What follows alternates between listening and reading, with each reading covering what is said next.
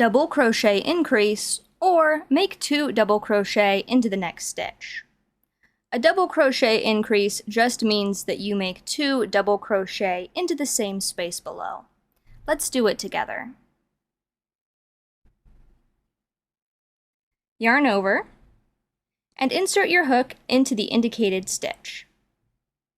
Yarn over, and pull up a loop. There are 3 loops on the hook. Yarn over, and pull through 2. Yarn over, and pull through 2. You've made 1 double crochet. That's the start of the increase. To finish the increase, make 1 more double crochet into the same space. Yarn over, and insert your hook into the same stitch below. Yarn over, and pull up a loop. There are 3 loops on the hook. Yarn over, and pull through 2. Yarn over, and pull through 2.